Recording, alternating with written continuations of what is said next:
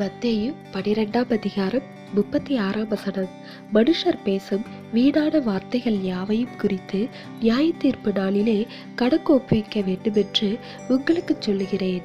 கிறிஸ்துவுக்குள் அன்பானவர்களே, ஏவாள் சர்ப்பத்தோடு பேசிய புத்தியினமான வீண் வார்த்தைகளே ஒட்டுமொத்த மனித குலத்தையும் பாவத்திலும் அழிவிலும் தள்ளியது. ஆவிக்குரிய காரியங்களை குறித்து தானே பேசுகிறேன் என்று அவள் நினைத்திருக்க கூடும். ஆனால் அவளிடம் நான் எவ்விதம் பேசுகிறேன், யாரிடம் பேசுகிறேன், எதை குறித்து பேசுகிறேன் என்பதை பற்றிய கவனமில்லை. அதனால் இவ்வளவு பெரிய அழிவு இந்த உலகத்தில் வந்தது. அதனால்தான் தேவனாகிய கர்த்தர் வீண் பேச்சுகளை விரும்புவதில்லை. பக்தி விருத்திக்கு ஏதுவான காரியங்களை பற்றியே பேச வேண்டும் என்று கூறுகிறார். எனவே தேவ பிள்ளைகளே, நம்முடைய நாவு சிறியதாய் இருந்தாலும் அது காட்டையே கொளுத்தி போடும் அளவுக்கு சக்தி வாய்ந்தது என்பதை உணர்ந்து நாம் நம்முடைய வார்த்தைகளில் கவனமாய் இருக்க வேண்டும்.